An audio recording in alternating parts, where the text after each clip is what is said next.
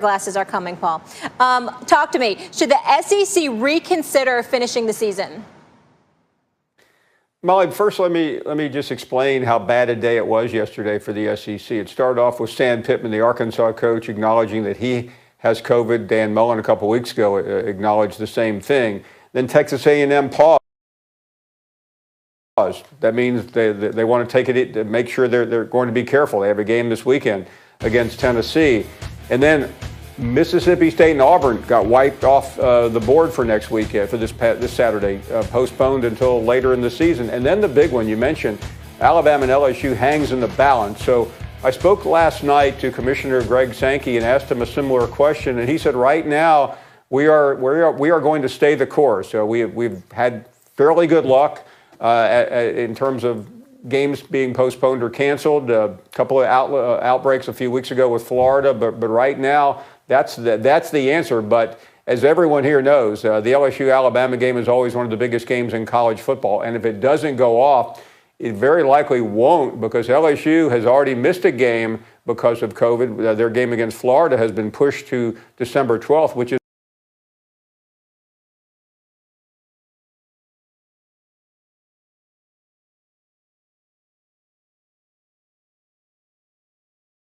a weekend the SEC has reserved for makeup games, and you would hate to see that game not be played. However, with the way LSU is playing, it probably won't make much difference. They may get to avoid a loss, because the national champions are spiraling out of control right now with 3 losses already.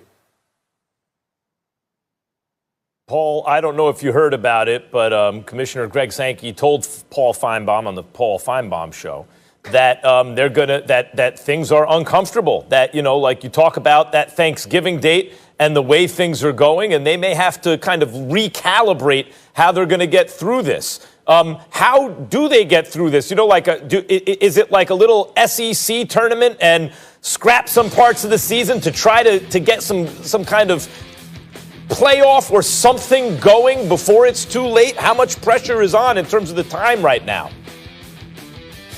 Well, all along, the commissioner, who was very wise in his approach to the season, remember, he was one of the first ones to say, we can't play Labor Day weekend. We'll start September 26th, while we all know the Pac-12 and the Big Ten just said, we're not playing at all, which they now are, and it turned out to be a mess.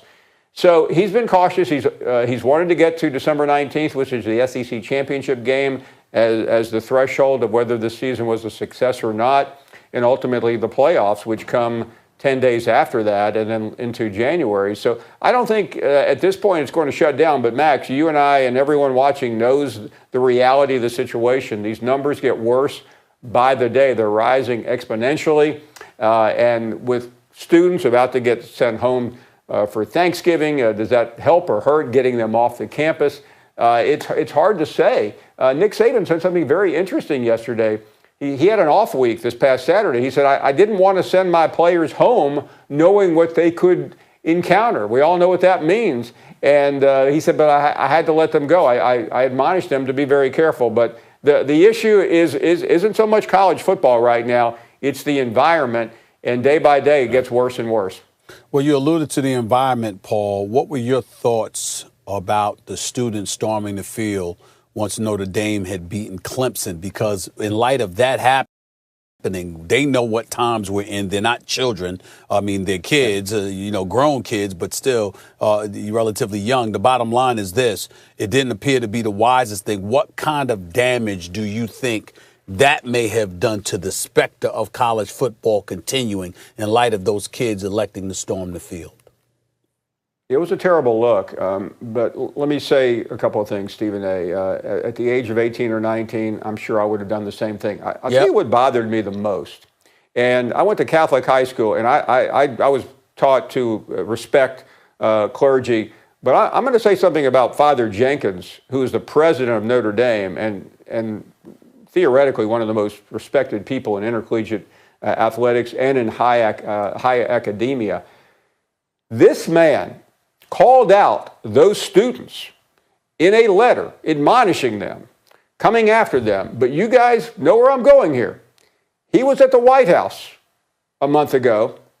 He was at the outdoor conversation at the outdoor announcement of Amy Coney Barrett as the next Supreme Court justice. She's a Notre Dame graduate and a professor there. And he was sitting there with everyone else. We've all seen the pictures without a mask. And guess what?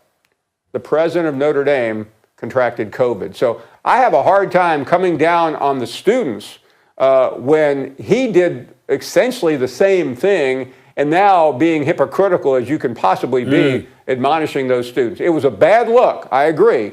But come on. But he's not one to talk. He's not one to talk. Yeah. Gotta wear your mask. Gotta wear your mask. Let's keep it moving here. I want to get to Michigan. Jim Harbaugh's Wolverines are 1-2 this season with 2 consecutive losses to Michigan State and Indiana. Harbaugh has only 1 more year left on his contract. Paul, has Harbaugh been a success or failure at Michigan? Jim Harbaugh has become a Saturday Night Live parody at Michigan. He has not been a success unless you like to laugh.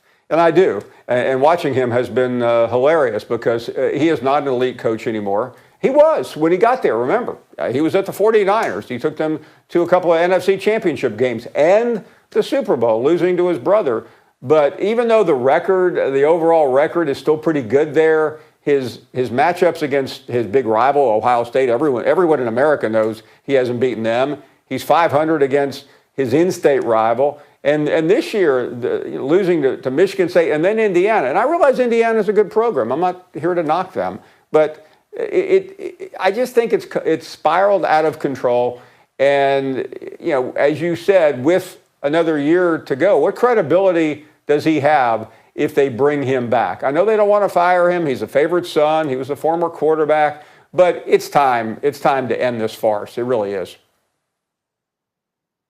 What does you think it is, Paul? When he first went, he's going to coach Michigan, I'm thinking to myself, that's actually perfect because in the NFL he had a lot of success, but he seemed to burn his players out.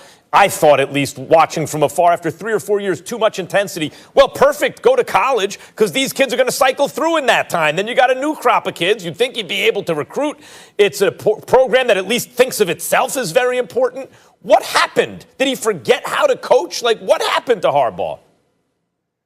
I think he's too stubborn, Max. Nick Saban, to bring him up, if the court will indulge me here, is a defensive-minded coach. He hated the tempo offense. He tried to get the rules changed, and then he decided to hire Lane Kiffin and then start recruiting Tunga Vailoa and others, and he decided, I have to change. I can't compete with the Clemsons, and I can't compete with other schools if I don't. And look at them now. They haven't won every national championship, but he's won quite a few. He's won 6 overall and 5 at Alabama, and he's number 1 in the country right now. Jim Harbaugh just doesn't change. He just keeps beating his head against the wall, thinking that whatever used to work is going to work. And I think ultimately his stubbornness has gotten in the way of his success. So let me be clear and pin you down, Paul Finebaum, on this particular issue. Are you saying that Jim Harbaugh needs to be gone from Michigan? Are you saying that no college program, no elite college program needs to think about bringing him on board? Or are you saying his days as a head coach, period, on the collegiate or the professional level should be over? Specifically, what are you saying? Thanks for the question. I think his days at Michigan should be over. They need a change. He needs a change. I don't think there's a major college that would hire him because he does come with baggage now. But I do think, Stephen A., there's a shot, a very narrow shot, but somebody in the NFL, one of these billionaire owners would look at Harbaugh and say, maybe he would work. I mean, certainly if Jerry Jones had hired him last year, things couldn't be any worse. I know I'm preaching to the choir. You know what I would love? Can you imagine Jim Harbaugh in New York? For who? Jets.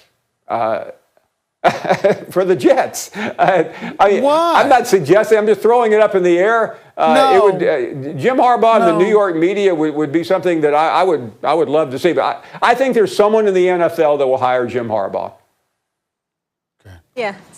Stephen A. doesn't As a want him in head New coach. York with us, clearly. Well, Keyshawn was just on the show. I think it was Monday. Listen, Stephen. Yeah, and said to the Cowboys, he'd like to see Harbaugh go to the Cowboys. So that definitely subject was broached at one point. The Jets are so bad they need to find